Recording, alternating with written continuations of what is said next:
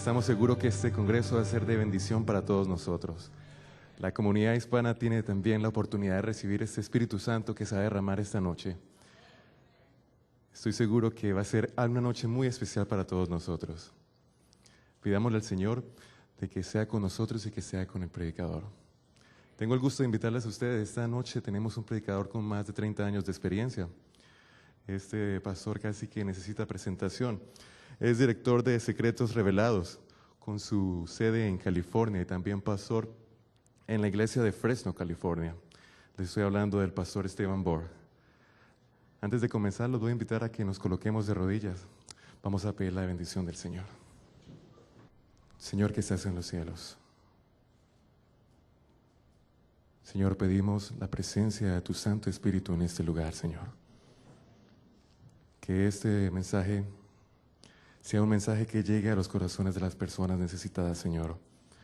Y que nos ayude a ver en el momento en el que nos encontramos, Señor. En este momento de los tiempos finales, Señor. Gracias porque tú estás acá, Señor. Sé con cada uno de los participantes, Señor. Con cada una de las personas que está viendo este programa. Te agradecemos, Señor, porque tu presencia está acá. En el nombre de Jesús, amén. Muy buenas noches. Me alegra ver aquí un grupo tan numeroso, a pesar de que es viernes en la noche y ya estamos comenzando la actividad. Me imagino que vienen de muchas partes. Quiero decirles que están participando en un evento histórico, porque lo que se hace por primera vez es histórico. Después se repite y ya no es histórico. Esta es la primera convención de GJC, Generación de Jóvenes para Cristo. Es un sueño hecho realidad. Estuve en el Southwest Youth Conference hace unos meses. Y allá 3 jóvenes, Arnie, Mark y Sixto, asistieron. Y estaban muy emocionados con la idea de tener una actividad como se hace en GYC. Y gracias a Dios, estos jóvenes y otros que se unieron a ellos planificaron este evento aquí en Andrews University. No hay duda alguna de que Dios ha dirigido en esta actividad. Y sé que Dios nos va a bendecir abundantemente en nuestras actividades durante este fin de semana largo. Antes de comenzar nuestro estudio de esta noche, quisiera invitarles a que tengamos una palabra de oración para implorar la presencia de Dios con nosotros. Padre Celestial, te damos gracias por el privilegio de encontrarnos en este lugar tan especial para celebrar esta serie de reuniones, para reafianzar nuestra fe y nuestra confianza en ti como nuestro gran Dios y en tu Hijo Jesucristo, nuestro Salvador. Pedimos, Padre, que tu Espíritu Santo nos acompañe en esta convención. Te rogamos, Señor, que en raudales abundantes derrames tu Espíritu para que esta juventud pueda salir de este lugar encendida para terminar tu obra en los lugares de donde viene. Te damos gracias, Padre, por acompañarnos esta noche en nuestro estudio, porque te lo pedimos en el precioso nombre de tu Hijo, Cristo Jesús. Amén. El lema que se ha escogido para este fin de semana es muy interesante. Ustedes se dan cuenta que el título es Sal del Mundo. Ahora, saben que esa es una expresión de doble sentido. Y creo que los que escogieron ese lema, dirigidos por Dios, tenían en mente de que esa era una expresión de doble sentido. Quiero invitarles a abrir sus Biblias conmigo al libro de Génesis, el capítulo 12. Génesis, el capítulo 12. Y voy a cambiar una palabrita, como se halla en esta traducción de Reina Valera del 77. Creo que es válido porque significa básicamente lo mismo.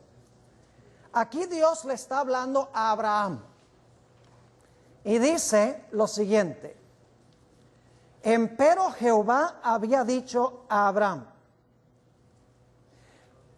sal de tu tierra y de tu parentela y de la casa de tu padre a la tierra que te mostraré. Sal de tu tierra. Nuestro lema es sal del mundo. Ahora, ¿por qué es que Dios le dijo a Abraham que saliera de su tierra?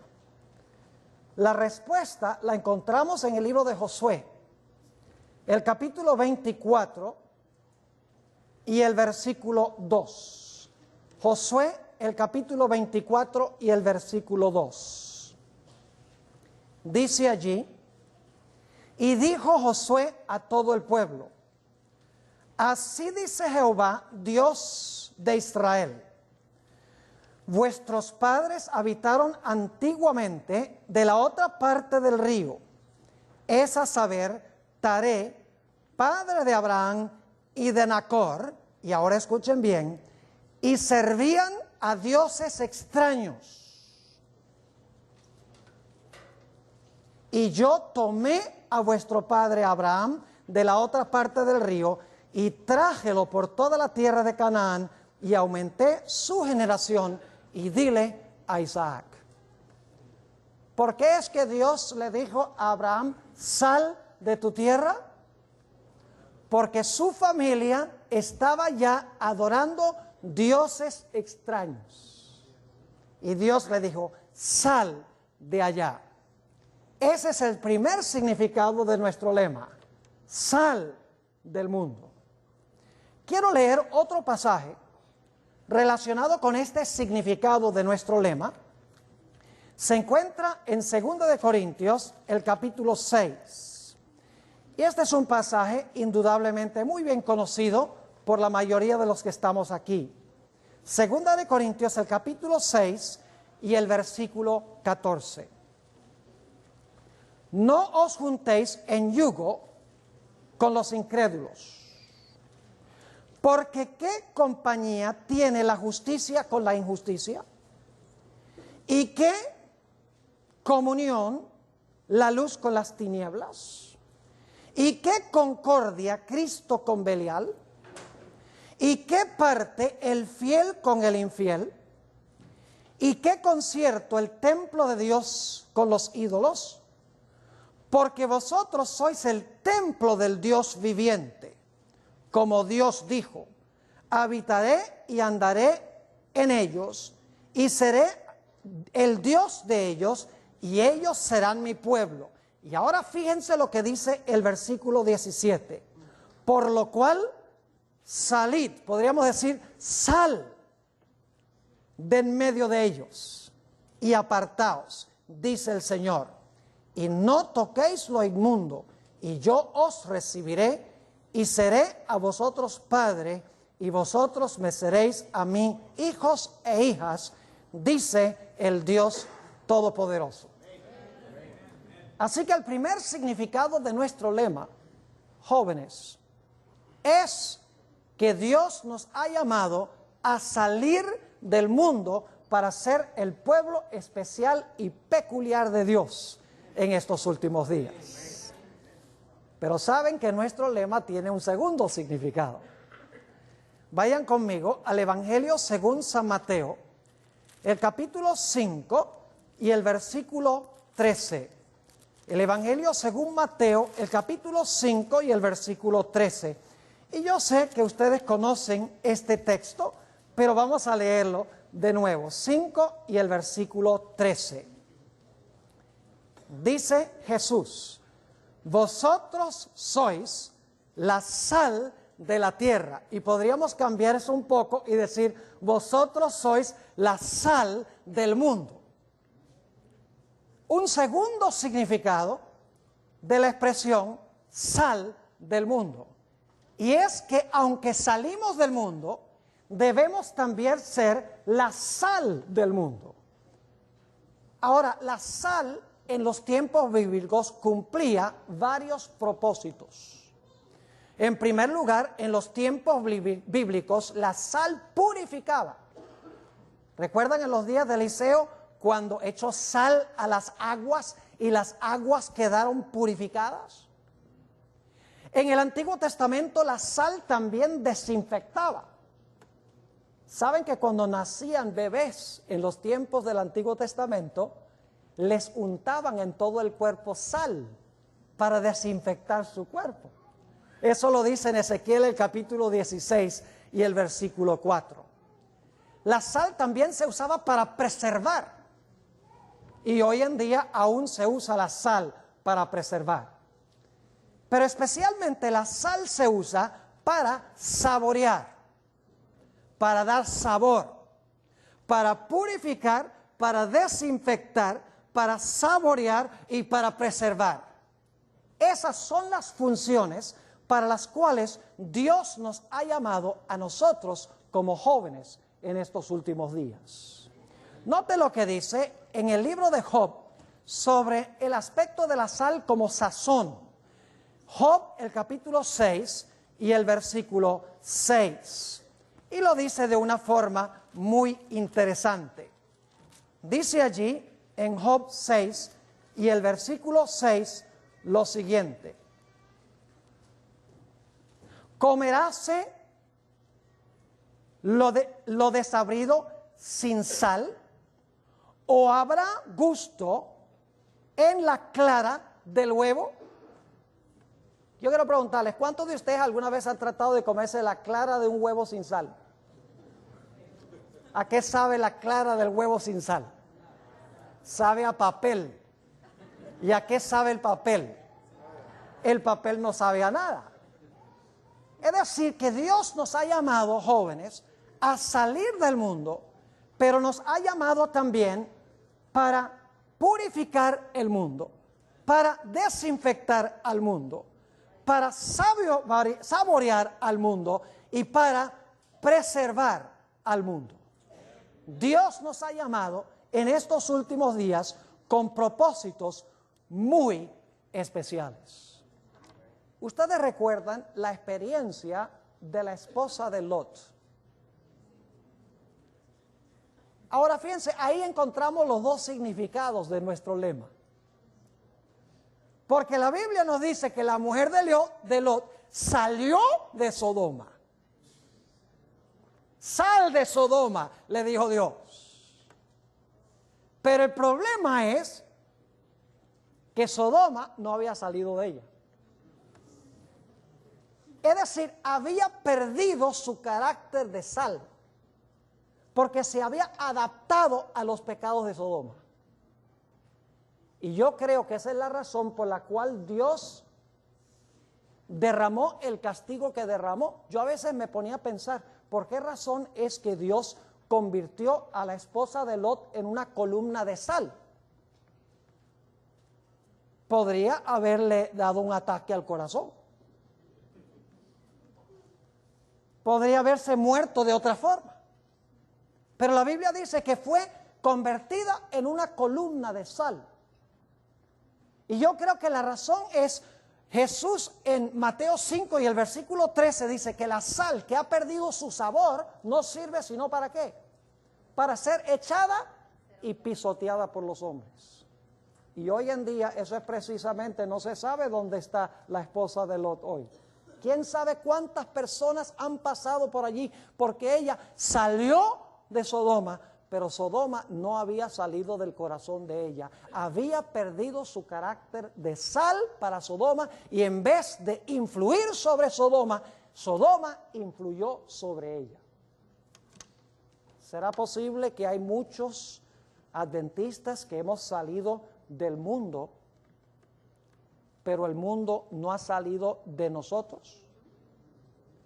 Y cuando venga el momento clave, el momento crítico, donde tenemos que pararnos por Jesús y tenemos que resistir al mundo en tiempos de crisis, que nos pudiera pasar lo mismo que le pasó a la esposa de Lot?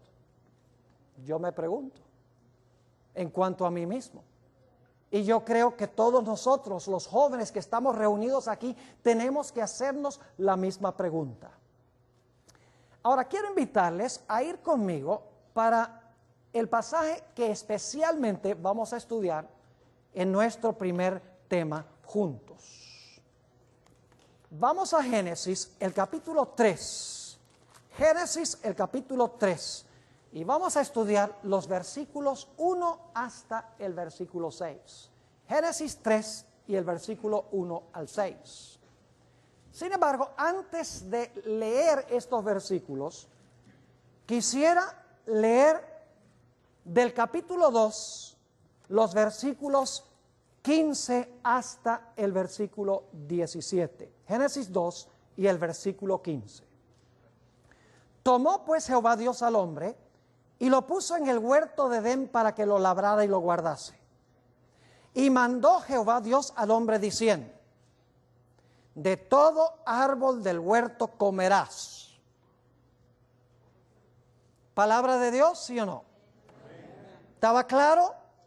Sí, de todo árbol del huerto comerás, mas del árbol de la ciencia del bien y del mal no comerás de él, porque el día que de él comieres, morirás. Pregunto, ¿la palabra de Dios estaba clara?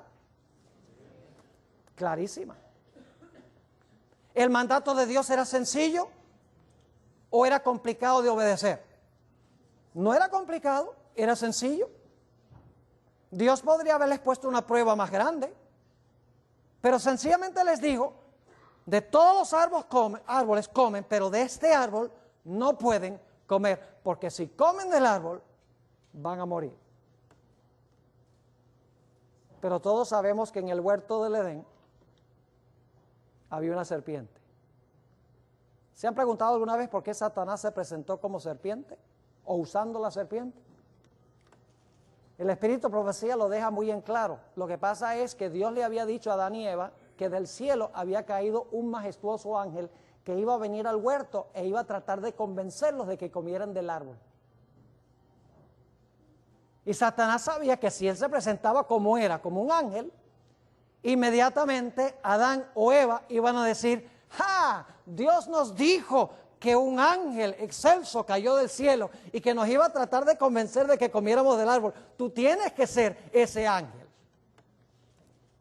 No hubiera sido ningún engaño. Así que Satanás se disfrazó.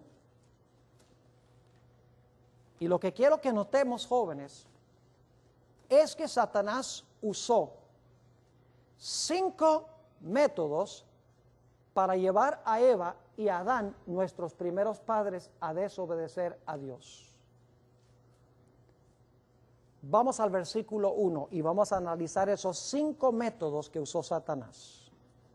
Dice en el versículo 1: empero la serpiente era astuta, más que todos los animales del campo que Jehová Dios había hecho, la cual dijo a la mujer. Paremos un momento allí. ¿Cuántos de ustedes conocen una serpiente que habla? ¿Qué harían si fueran a un zoológico y están en el serpentario y llegan a un lugar allí a donde está una anaconda, y de repente, cuando están parados ahí en el vidrio, se levanta la cabeza de la anaconda y dice: buenas tardes? ¿Qué harían? Les apuesto que salen corriendo a millón, porque todos sabemos que las serpientes no hablan. Yo pregunto, ¿para que una serpiente hablara tendría que ser un milagro? Ustedes recuerdan que en el burro de Balaam no fue el que habló, fue el ángel. Y en Génesis no fue la serpiente la que habló, fue un ángel también, fue Satanás. Pero era un milagro mentiroso, Porque aparentemente le dio la capacidad a la serpiente ¿de qué? De hablar. Es decir, Satanás quería que Eva desobedeciera a Dios y para eso usó un milagro mentiroso. Es decir, el primer método que usa Satanás es desempeñar milagros mentirosos con el fin de que desobedezcamos la palabra de Dios. Tiene un propósito especial. No es solamente engañar. El propósito de Satanás es usar estos 5 métodos para que desobedezcamos la palabra clara de Dios. Porque la palabra estaba clara, no era ambigua. Oh, ¿cuál árbol, Señor? Eva sabía cuál árbol. Porque ella, vamos a encontrar, le dijo a la serpiente, el árbol que está en medio del huerto. Sabía cuál era el árbol. Es decir, el primer método que usa Satanás es hacer milagros mentirosos. Yo pregunto, tanto Mateo 24 como el libro de Apocalipsis dice que Satanás en los últimos días va a usar milagros mentirosos para engañar a la raza humana. Los estamos viendo. En las iglesias cristianas estamos viendo señales y prodigios y milagros. Y las muchedumbres siguen a ciertos ministros que son curanderos. Porque a la gente le encanta seguir los milagros. Igual que en los días de Jesús. En Juan 6 dice que la gente seguía a Jesús por los milagros que hacía. Por las señales y los prodigios. Cuánto más sencillo hubiera sido para Eva decir, bueno, yo sé que la serpiente no habla y yo te veo hablando, pero el problema es que tú me estás tratando de decir que desobedezca la palabra de Dios y nosotros vivimos por toda palabra que sale de la boca de Dios. No nos fijamos en el milagro sino en la palabra, hacemos lo que la palabra dice. Primer método que usó Satanás, pero usó un segundo método. Sigamos leyendo. Empero la serpiente era astuta más que todos los animales del campo que Jehová Dios había hecho, la cual dijo a la mujer, ahora escuchen bien, con que Dios os ha dicho, no comáis de todo árbol del huerto. Pregunta, ¿está la serpiente citando la palabra de Dios? Sí, pero ¿cómo la está citando? La está citando mal. Está torciendo la palabra de Dios. Y Eva, en vez de sospechar inmediatamente y decir, oye, pero este dice que no podemos comer de todo el árbol del huerto, entonces Dios no dijo eso, entonces está diciendo que Dios es un mentiroso.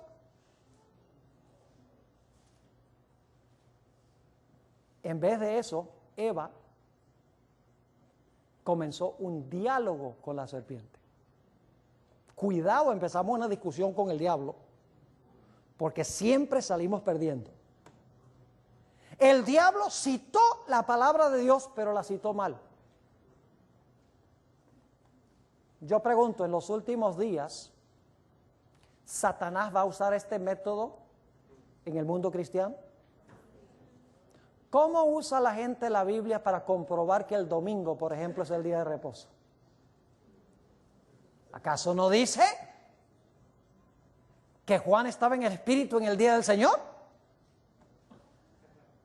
¿Acaso Jesús no resucitó el primer día de la semana?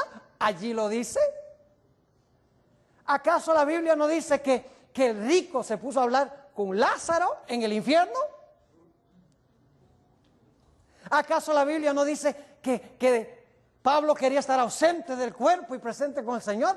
¿Acaso la Biblia no dice que Dios le dijo a Pedro, levántate, mata y come?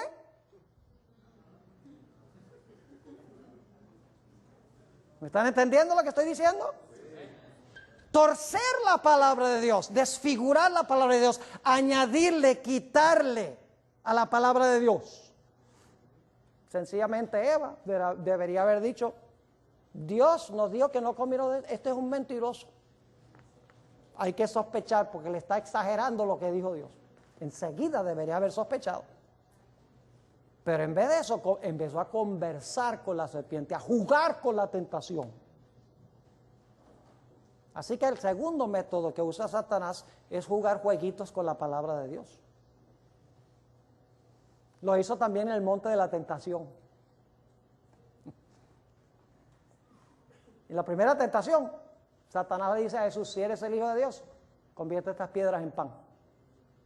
Jesús le contestó, no solo de pan vivirá el hombre, escrito está, no solo de pan vivirá el hombre, sino de toda palabra que sale de la boca de Dios. Y Satanás, después de la primera tentación, dice, este hombre vive por la palabra de Dios. Y por lo tanto, en la segunda tentación dice, lo lleva a las almenas del templo y le dice, si eres el Hijo de Dios, salta, porque escrito está.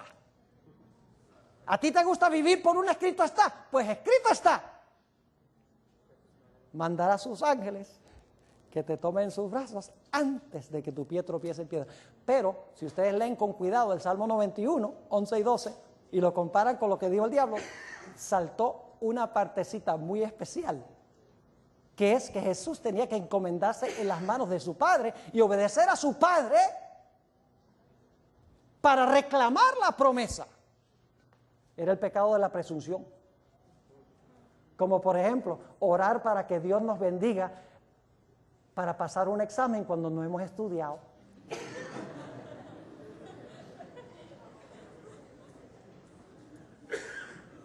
O cuando empezamos un viaje y oramos al Señor, Señor, protégeme de este viaje, y manejamos 100 millas por hora. Ese es el pecado de presunción, reclamar las promesas de Dios en desobediencia. Podemos reclamar las promesas de Dios en obediencia, pero nunca en desobediencia. Vamos al tercer método. Versículo 2. Y la mujer respondió a la serpiente, del fruto de los árboles del huerto comemos, mas del fruto del árbol que está en medio del huerto, dijo Dios. ¿Sabía lo que había dicho Dios? Claro que sí. Dijo Dios, no comeréis de él, ni le tocaréis porque no muráis. Ahora fíjese qué interesante. Eva está tan ansiosa de salvar el honor de Dios que le agrega a la palabra de Dios. El Espíritu de Profecía dice que la parte donde dice, Dios nos ha dicho que no comamos ni que lo toquemos, dice que esa parte la añadió Eva. ¿Y sabe lo que hizo el diablo inmediatamente? La hermana White dice que la serpiente agarró uno de los frutos y se lo puso en la mano. Y le dijo, tú dijiste que si lo tocabas te ibas a morir. ¿Estás muerta? El diablo está jugando jueguitos con su mente. Es más, en Patriarcas y Profetas nos ayuda a entender más este asunto, porque dice la sierva del Señor que la serpiente en realidad estaba comiéndose el fruto. Y le dijo a Eva, mira, ¿sabes que comiendo este fruto yo aprendí a hablar? Ahora imagínate, si una serpiente aprende a hablar comiendo este fruto, imagínate lo que vas a aprender tú siendo una criatura mucho superior. Jugando jueguitos con la mente.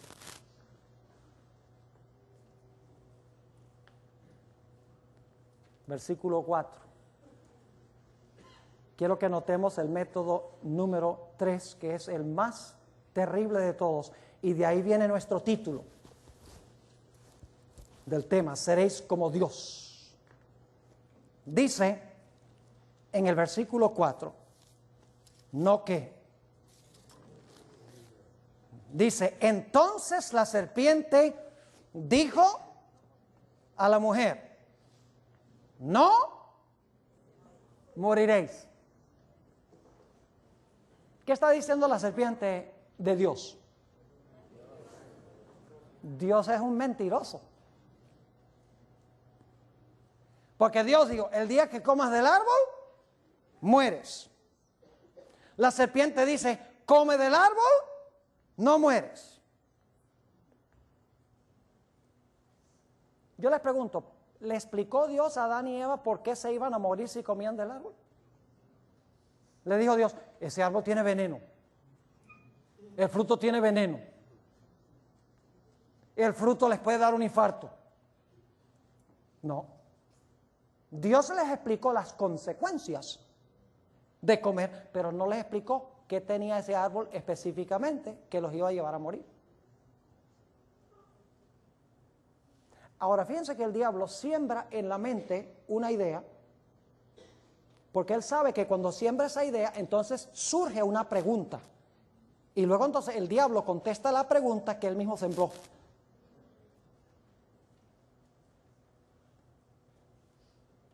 ¿Qué pregunta le está sembrando Satanás a la mujer? Les digo cómo juega la psicología. Satanás le dice, no van a morir. Inmediatamente lo primero que piensa Eva es, si no vamos a morir, ¿por qué entonces Dios nos dijo que sí nos íbamos a morir? ¿Si están conmigo o no están conmigo? Le está sembrando la pregunta, si no vamos a morir, entonces ¿por qué razón es que Dios nos dijo que íbamos a morir si comíamos de este fruto? Y el diablo, después que ha sembrado la pregunta, ahora le tiene la respuesta. El método número 3 es usar la lógica y la razón humana para independizarse de Dios. Fíjense lo que dice el versículo 5.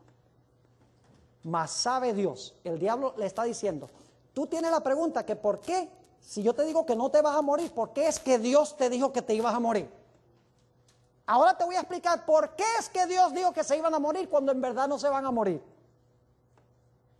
Mas sabe Dios que el día que comiereis de él, serán abiertos vuestros ojos. Es decir, Dios quiere que ustedes estén ¿qué? Ciegos. Y los ojos aquí son los ojos del entendimiento. Hay algo que Dios no quiere que ustedes entiendan. Quiere que ustedes sirvan a Dios ciegamente, sin entender todas las implicaciones. Mas sabe Dios que el día que comieres de él serán abiertos vuestros ojos. Y aquí en la versión de 77 dice, y seréis como dioses. Una mala traducción es la palabra Elohim, que se traduce en el principio, creó Dios los cielos y la tierra. Debe ser la palabra Dios. Él no le está diciendo, ustedes van a ser unos diosesitos. Le están diciendo, ustedes van a ser Dios. Dice, seréis como Dios. Noten, en un sentido especial. Van a ser como Dios, ¿en qué sentido? Sabiendo el bien y el mal. Ahora yo pregunto, ¿quién es el que define lo que es bueno y lo que es malo? ¿De dónde viene la definición del bien y el mal? De Dios. Y específicamente, ¿qué documento distingue lo que es bueno de lo que es malo? Los 10 mandamientos. ¿El hombre necesita tener la ley como norma para saber qué es bueno y qué es malo? Claro que sí. Pero lo que Satanás le está diciendo a la mujer, lo mismo que le dijo a los ángeles en el cielo, ustedes no necesitan ley. Porque ustedes mismos pueden saber qué es bueno y qué es malo sin ley. ¿Me están entendiendo? Es decir, Satanás le está diciendo a la mujer, ustedes van a ser como Dios, en el sentido de que ustedes van a saber la diferencia entre el bien y el mal sin que Dios se los diga. ¡Wow! Y Satanás le está diciendo algo más grande todavía. Satanás le está diciendo a la mujer, está insinuando, aunque no está ahí clarito en el texto, pero está insinuando esto. Está diciendo, mira, ¿cómo crees tú que Dios se hizo Dios? Dios se hizo Dios comiendo de este árbol. Y cuando Dios vio los poderes que se adquieren al comer del árbol, entonces Él no quería otros rivales por ahí. Él no quería a otros dioses por ahí, Él solo quería ser Dios. Y entonces, por eso, desde ese momento en adelante, empezó a decirle a todo el mundo, si comes del árbol vas a morir. Pero no era que iban a morir, decía el diablo, sino que Dios sabe que ustedes van a ser igualitos a Él. ¿Están entendiendo todo lo que está implicado en esto? Jóvenes, vivimos en un mundo de posmodernismo. ¿Han oído la expresión posmodernismo? ¿Sabe que todo eso es fruto del movimiento de los hippies, del existencialismo, del pragmatismo, de todas estas filosofías que han surgido, de que no hay bien ni mal, no hay norma absoluta? Lo que es verdad para ti es verdad. Y la verdad tuya puede ser diferente de la verdad de otro, pero no le impongas tu verdad a los demás. Por esa razón dicen, si quieres casarte un hombre con un hombre, tú puedes pensar que eso está malo, pero si el otro cree que no está mal, los dos tienen razón. Porque no hay ninguna norma absoluta fuera del hombre. Eso es lo que está diciendo Satanás. Tú no tienes que depender de Dios para saber lo que es bueno y lo que es malo. Tú vas a ser Dios y tú vas a saber el bien y el mal por ti mismo sin necesidad que un Dios te diga qué es bueno y qué es malo. Así que el posmodernismo de moderno no tiene nada. El posmodernismo se origina con la caída de Lucifer en el cielo y en la tierra con la primera tentación.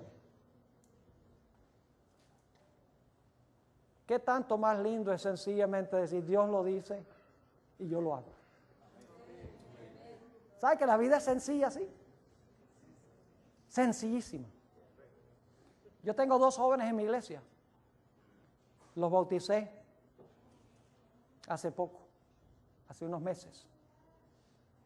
Ambos trabajaban en el correo.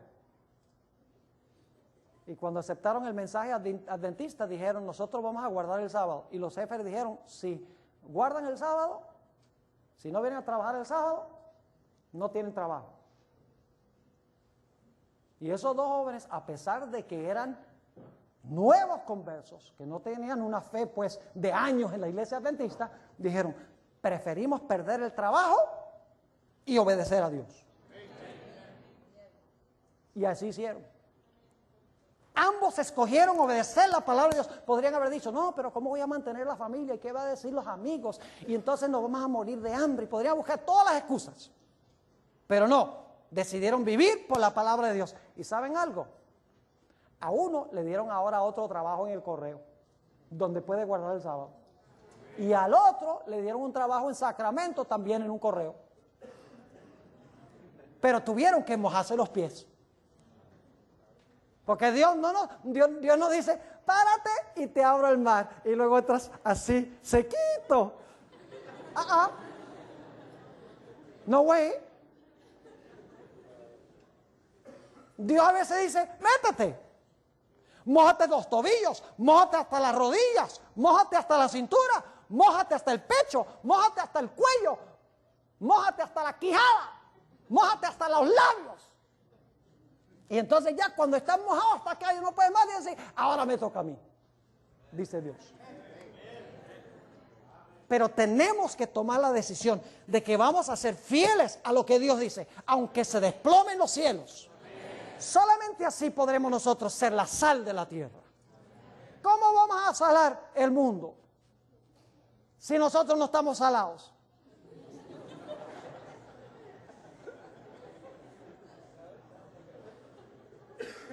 Ahora sigamos. ¿Entendieron este tercer método? O sea, la lógica, la razón. Noten otra vez el versículo 5. Mas sabe Dios que el día que comieres de él serán abiertos vuestros ojos y seréis como Dios, sabiendo el bien y el mal. Ahora viene el cuarto método. El cuarto método es seguir lo que dicen nuestros sentidos en lugar de lo que Dios dice. Fíjense lo que dice el versículo 6. Y vio la mujer. ¿Qué cosa? Ahí están los ojos. Vio la mujer que el árbol era bueno para comer. Es decir, ¿qué otro sentido está involucrado allí? El gusto. Y que era agradable a los ojos. Y árbol codiciable para alcanzar la sabiduría. Y tomó. ¿Qué sentido está involucrado allí? El tacto, el oído, lo que le está diciendo la serpiente, el gusto, los ojos, el tacto.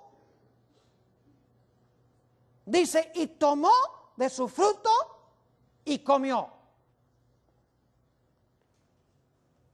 Es decir, siguió el testimonio de sus sentidos, en contradicción a la palabra de Dios. Y saben que muchos jóvenes también operan de esa forma. ¿Recuerdan a Sansón? ¿Qué hombre es ese Sansón? Quiludo. A lo mejor levantaba pesas. No tenía fuerza sobrenatural concedida por Dios, pero me imagino que él pues tenía que conservar su imagen. Y cuando ve a esta mujer filistea, que no era Dalila, era otra, va donde los padres, como era costumbre, le dice a los padres: mire, yo quiero que ustedes me consigan esa mujer. Y los padres dicen: pero Sansón, tú sabes lo que Dios dice, que no debemos unirnos en yugo desigual con los incrédulos, debemos casarnos con la gente del mismo pueblo. ¿Y sabe lo que dijo Sansón? Dice: búsquenmela porque ha agradado mis ojos. Y esa decisión le costó los ojos.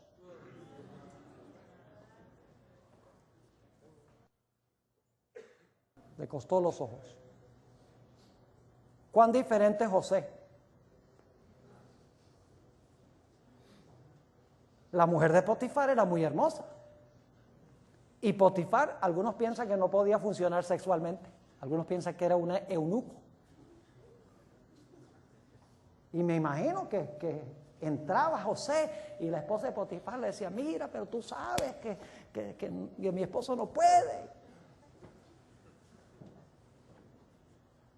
Y cada día, dice, día a día los echaba.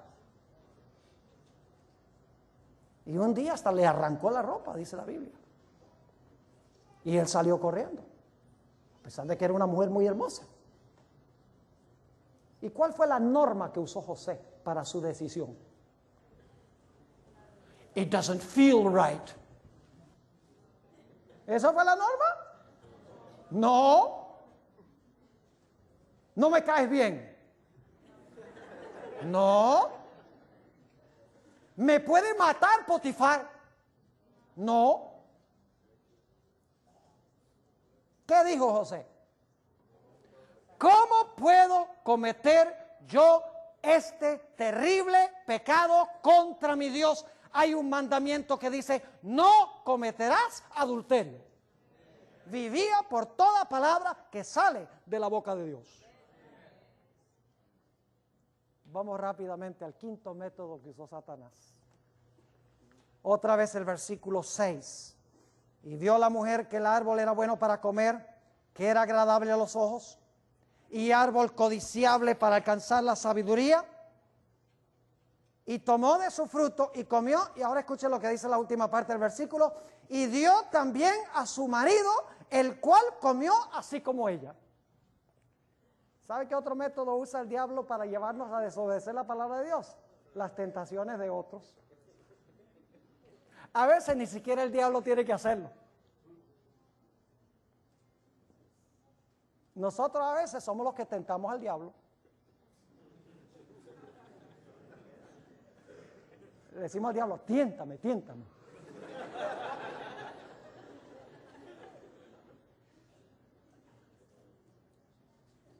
No debemos colocarnos en terreno peligroso. No debemos escuchar a compañeros, amigos, familiares que vienen a tratar de convencernos de que desobedezcamos a Dios.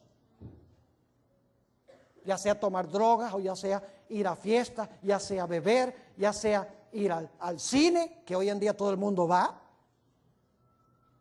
ya sea quebrantar el sábado, sea lo que sea, debemos tener la valentía de decir: nosotros vivimos por toda palabra que sale de la boca de Dios.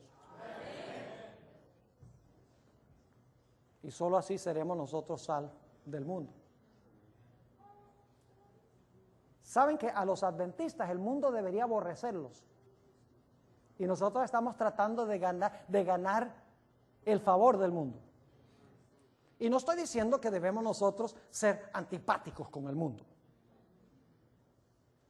Lo que estoy diciendo es que si nosotros vivimos la vida que debemos vivir, el mundo nos va a aborrecer. Lo dijo Jesús.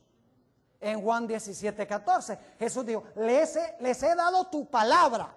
Fíjate que la palabra tiene que ver con la actitud del mundo para con nosotros. Les he dado tu palabra y el mundo los aborreció porque no son del mundo, sino que siguen, ¿qué cosa? La palabra de Dios.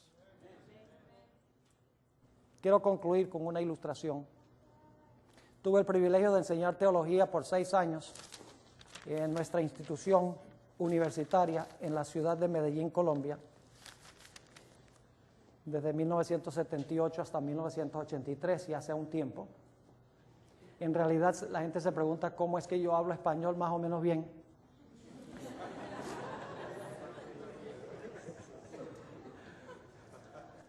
Y es que yo me crié en el país de Venezuela. Viví allí desde los 5 hasta los 14 años. Y estudié toda mi escuela primaria en español, en un colegio adventista, el colegio Ricardo Greenwich.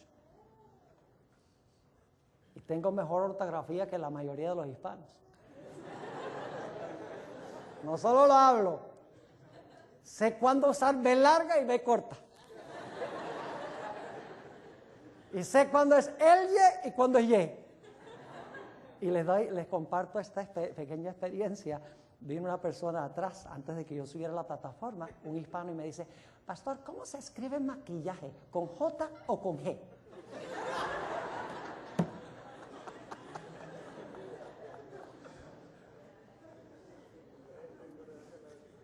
Bueno, en Colombia un día fui al almacén Ley, almacén como, digamos, como Walmart,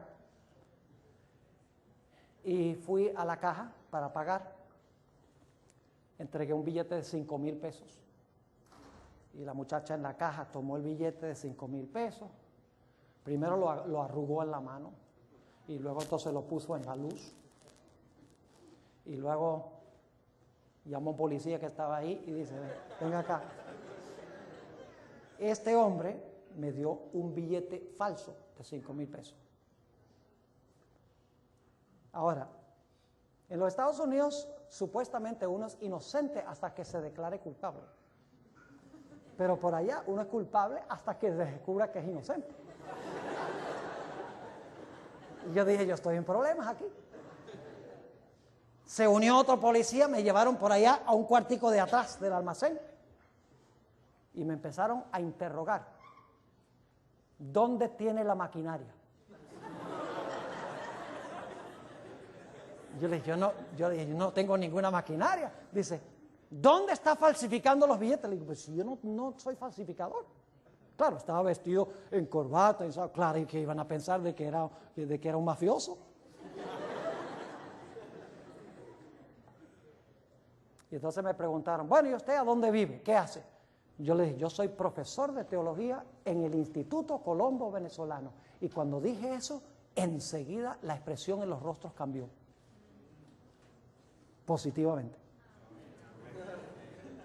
Dijeron, ¿usted enseña en el Colombo Venezolano? Le dije, sí. Dice, de allá no pueden salir falsificadores.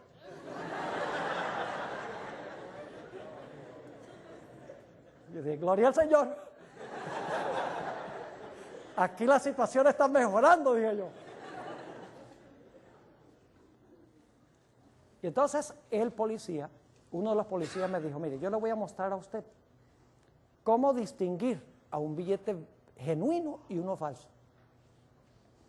Y entonces fue a la caja, buscó el billete falso y un billete genuino de 5,000, los trajo. Y entonces dijo, mire, yo voy a arrugar el billete falso y voy a arrugar el genuino. Y entonces abrió la mano y el billete falso se quedó todo arrugado, el genuino empezó a abrirse como una flor. Diferente papel.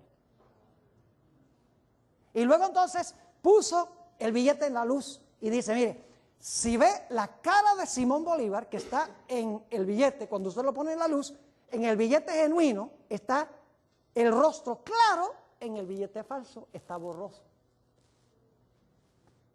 ¿De verdad? Y dice, si mira el genuino, hay una raya marrón que cruza el billete de arriba abajo y en el falso no hay esa línea marrón. Y luego fue a una luz negra y metió el billete falso debajo de la luz negra y no había nada que brillara, puso el genuino y allí los rostros o las ilustraciones brillaban en un morado vivo. Entonces, ahora sí sé. ¿Cómo puede usted distinguir un billete falso si no se conoce el genuino? ¿No puede? Yo no conocía las características del genuino y por lo tanto no pude distinguir uno falso. Así que la próxima vez que yo iba a la caja, sacaba el billete de 5,000, que eran los que falsificaban, 5,000 o más grande, y entregaba y pagaba. Y entonces cuando la caja, y ella, claro, agarraba el billete y lo miraba en la luz, y seguía todo el proceso, y entonces cuando ella me daba los vueltos, yo agarraba los billetes grandes, los miraba en la luz. No tenía luz negra, pero los miraba en la luz y los arrugaba y todo. Y un día me dice una cajera, oiga, ¿es que usted no confía en mí? Y le dije, yo confío tanto en usted como usted confía en mí.